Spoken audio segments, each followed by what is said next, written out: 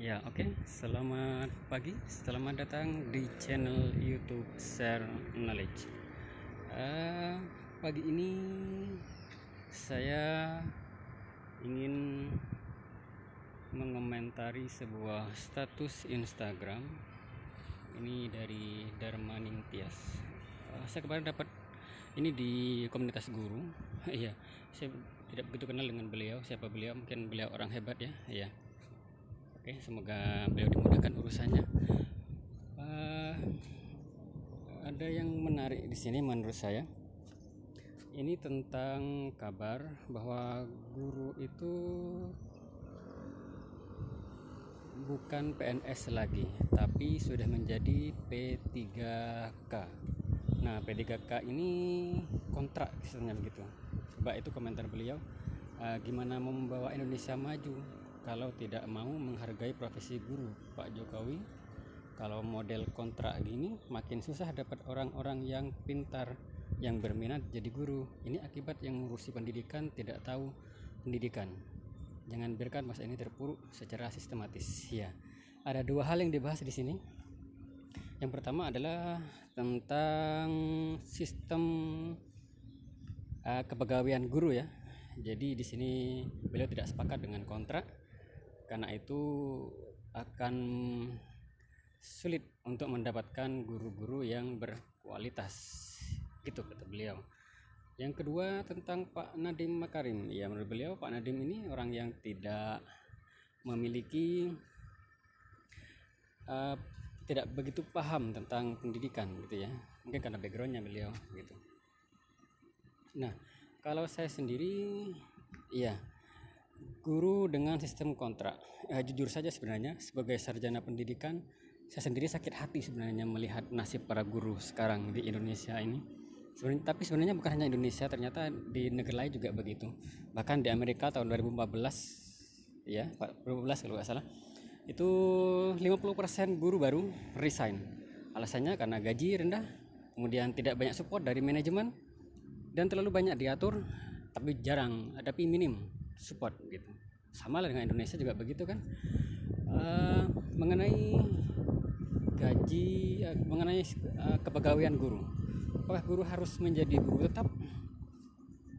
Ya, kalau saya secara pribadi ya, sebagai seorang pribadi, memang sih kalau kita dijamin hidup itu akan menjadi malas. Iya, karena merasa nyaman. Aku sudah dapat gaji, sudah sampai mati pun, sudah mungkin sampai pensiun sudah digaji, sudah enak-enakan aja lah, mungkin begitu. Nah, berbeda dengan jika tidak seperti itu, misalkan kontrak. Kalau di kontrak 5 tahun, wah, kontrak aku 5 tahun sudah habis. Nah, tapi ini ada dua kemungkinan. Kemungkinan pertama, dia akan bekerja profesional agar bisa memperpanjang kontrak.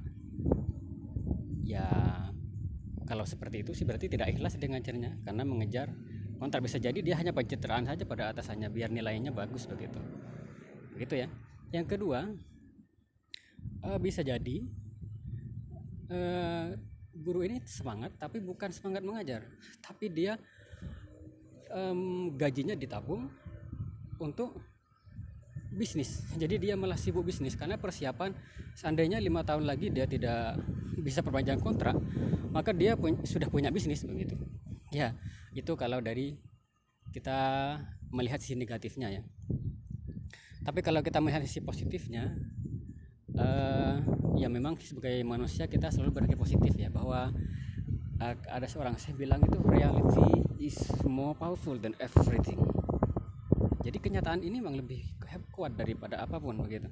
Artinya kita tidak perlu mengeluhkan keadaan, ya sudah terima aja, syukurin begitu. Nah, kalau menurut saya sih memang ada motivasi tersendiri ketika sistemnya kontrak 5 tahun dan akan diperpanjang bagi yang bagus begitu. Iya.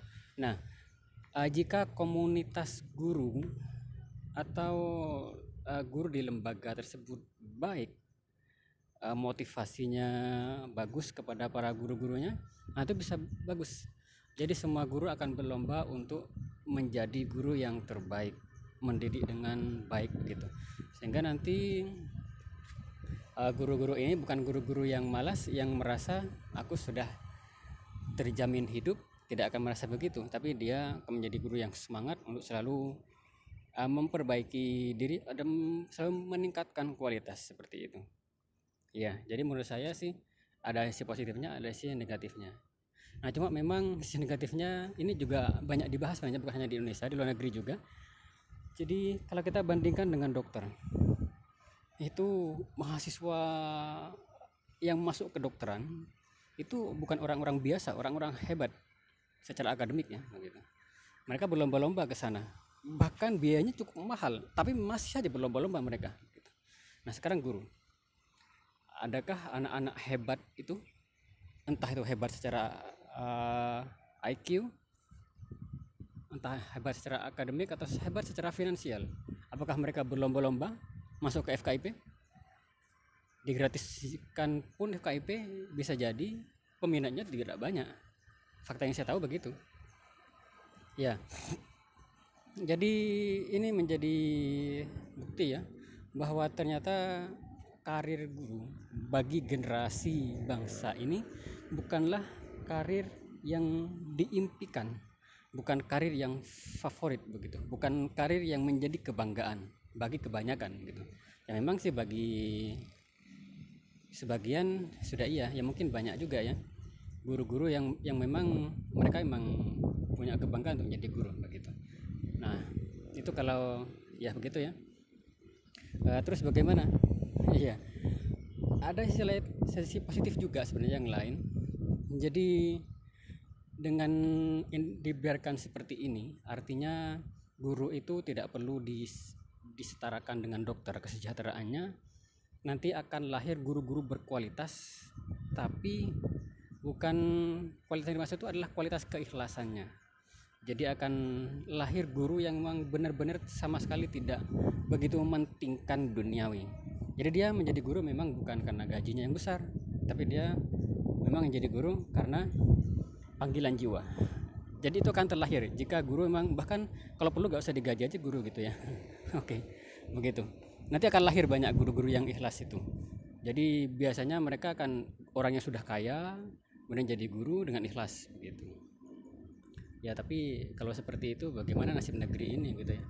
Kan negeri ini luas begitu. Ya itu sih komentar saya tentang ini. Jadi kalau saya sendiri sih saya pikir memang ada positifnya, ada negatifnya. Tapi yang saya tekankan sih menurut saya yang perlu diperhatikan itu adalah komunitas guru, organisasi guru. Jadi menurut saya Pak Menteri perlu sering-sering mengajak duduk bersama mereka semua itu. Ya sering-sering live lah begitu. Kalau perlu di Indonesia ini ada acara live rutin bersama Menteri Pendidikan dan seluruh petinggi organisasi guru di negeri ini begitu. Ada dialog, dan dialog itu dihadiri oleh para mahasiswa FKIP begitu. Nah itu bagus menurut saya seperti itu. Oke, itu menurut saya. Ya mohon maaf jika ada komentar yang kurang baik ya, tapi saya berharap ke depan semoga lebih baik begitu ya, pendidikan ini lebih baik sehingga kita bisa menghasilkan generasi yang luar biasa. Itu saja dari saya, sekian.